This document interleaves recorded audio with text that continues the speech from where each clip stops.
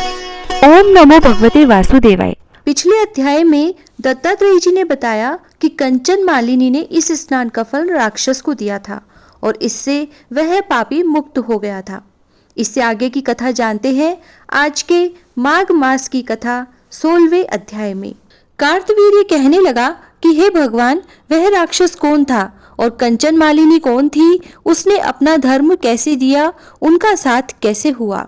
हे ऋषि, अत्रि ऋषि की संतानों के सूर्य, यह कथा सुनाकर मेरा कौतूहल दूर कीजिए। तब दत्तात्रेय जी कहने लगे कि राजन, इस पुरातन विचित्र इतिहास को सुनो। कांचन मालिनी नाम की एक सुंदर अप्सरा थी जो माघ मास में प्रयाग में स्नान करके कैलाश पर जा रही थी। तब उसको मार्ग में जाते हुए हिमालय के कुंज से एक घीर राक्षस ने देखा। उस सोने जैसे तेज वाली, सुंदर कटी वाली, बड़े बड़े नेत्रों वाली, चंद्रमुखी, सुंदर केश और पीन पयोधर वाली सुंदर अप्सरा को देखकर उस राक्षस ने कहा कि हे सुंदरी, कमल नयनी, तुम कौन हो और कहाँ से आ रही हो? तुम्हारे वस्त्र और वेणी भीगी हुई क्यों है? तुम आकाश मार्ग से कहाँ जाती हो और किस पुण्य के प्रताप से तुम्हारा शरीर ऐसा तेजस्वी और रूप ऐसा मनोहर है? तुम्हारे गीले वस्त्र से मेरे मस्तक पर गिरे हुए एक बूंद जल से मेरे क्रूर मन को एकदम शांति हो गई। इसका क्या कारण है?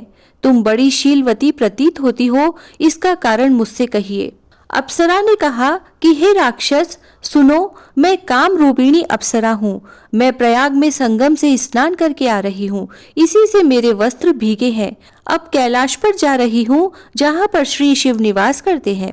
त्रिवेणी के जल से मेरी सब क्रूरता दूर हो गई, जिसके पुण्य के प्रभाव से मैं इतनी सुंदर और पार्वती जी की प्रिय सखी हुई। जो आश्चर्य देने वाला उदाहरण मुझसे ब्रह्मा जी ने कहा था, वह सुनो।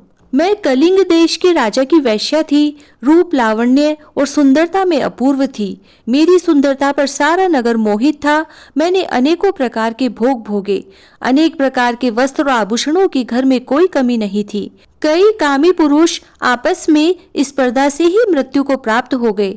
इस तरह उस नगर में बड़ी सुंदरता से यौवन व्यतीत हुआ और मैं वृद्धावस्था को प्राप्त हो गई। तब मेरे मन में विचार उत्पन्न हुआ कि मैंने अपनी सारी आयु पापों में ही व्यतीत कर दी। धर्म का कोई कार्य, दान, तप, यज्ञ आदि नहीं किया। शिव या दुर्गा जी की आराधना नहीं की, न कभी भगवान विष्णु का पूजन किया। इस प्रकार अशांत चित्त से मैंने एक ब्राह्मण की शरण ली जो वेदों का ज्ञाता और ब्रह्मनिष्ठ था। मैंने उनसे पूछा कि मेरा उद्धार किस प्रकार हो सकता है। महाराज, साधु सज्जन अच्छे और बुरे सभी पर दया करते हैं, इसीलिए मुझ दीन पर भी कृपा करके मुझ कीचड़ में डूबी हुई को पकड़कर उबारिए। क्षीर सागर क्या हंस को ही दूध देता है, बतख को नहीं देता? तब वह ब्राह्मण, राजा का पुरोहित, इन सब बातों को सुनकर मुझ पर दया करके कहने लगा कि तू ब्रह्मा के क्षेत्र प्रयाग में जाकर माघ मास में त्रिवेणी संगम में स्नान कर, परंतु मन में अशुभ क्रिया का विचार नहीं करना। पापों के नाश के लिए महर्षियों ने तीर्थ स्थान से अधिक और कोई प्रायश्चित नहीं बतलाया। प्रयाग में स्नान करने से तू अवश्य पवित्र होकर स्वर्ग को जाएगी। हे भामिनी, पुराने समय में गौतम ऋषि की स्त्री को देखकर इंद्र ने काम के वशीभूत होकर कपट वेश से उससे भोग किया था। इसीलिए ऋषि द्वारा श्राप दिया गया और उसका शरीर अत्यंत लज्जा युक्त हजारों भंगों वाला हो गया। तब इंद्र नीचे मुंह करके अपने पाप कर्म की बुराई कराने लगा। मेरु पर्वत के शिखर पर स्वच्छ जल वाले सरोवर पर एक स्वर्ण कमल से भरे हुए कोटर में घुस गया और अपने पाप को धिक्कारता हुआ कामदेव की बुराई करने लगा कि यह सब पापों का मूल है। इसके ही वशीभूत होकर मनुष्य नरक में जाते हैं और अपने धर्म, कीर्ति, यश और धैर्य का नाश करते हैं। इंद्र इधर ऐसा सोच रहा था और उधर इंद्र के बिना सारा देवलोक शोभाहीन हो गया। तब देवता, गंधर्व, किन्नर, लोकपाल इंद्राणी के सहित बृहस्पति जी से जाकर पूछने लगे कि महाराज, इंद्र के न रहने से स्वर्ग ऐसा शोभाहीन हो गया है जैसे सतपुत्र के बिना श्रेष्ठ कुल।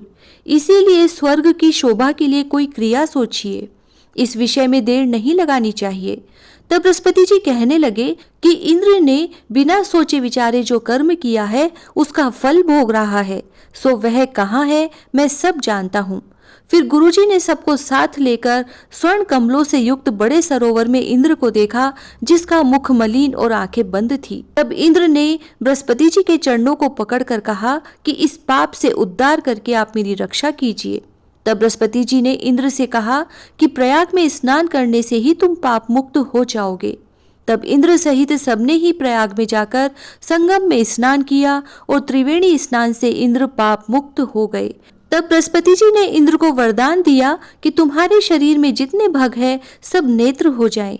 तब इंद्र ब्राह्मण के वर से 1000 नेत्रों से ऐसा सुशोभित हुआ जैसे मानसरोवर में कमल शोभायमान होता है। माघ मास कथा 16वां अध्याय समाप्त।